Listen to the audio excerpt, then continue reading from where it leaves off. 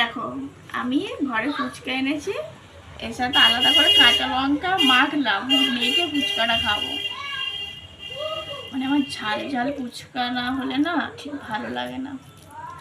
আমি এই ঝাল ঝাল ফুচকা খাওয়ার জন্য আমার বাড়ি থেকে 15 মিনিট দূরেই ফুচকা খেতে যাই, কিন্তু এখন আর যেতে পারছি না, সেই জন্য ঘরে নিজের মনের মতো করে লঙ্কা মাখিয়ে ফুচকা খাওয়া যায় অনেক দিনের পর।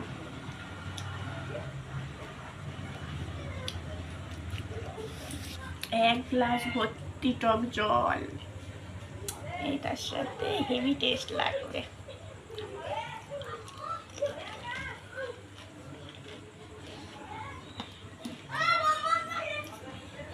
কবে থেকে ফুচকা খেতে ইচ্ছা হচ্ছে, খাওয়াই হচ্ছে না, আজকে ফাইনালি খেলাম। আগে বাজারে যেতাম ফুচকা খেতে, হেভি টেস্ট লাগছে। একটু কাঁচা লঙ্কা দিলাম। আমার ক্যামেরাম্যান ক্যামেরা ধরে দাঁড়িয়ে আছে, কথা বলতে পারছে না, ফুচকা খাবে। আর একটা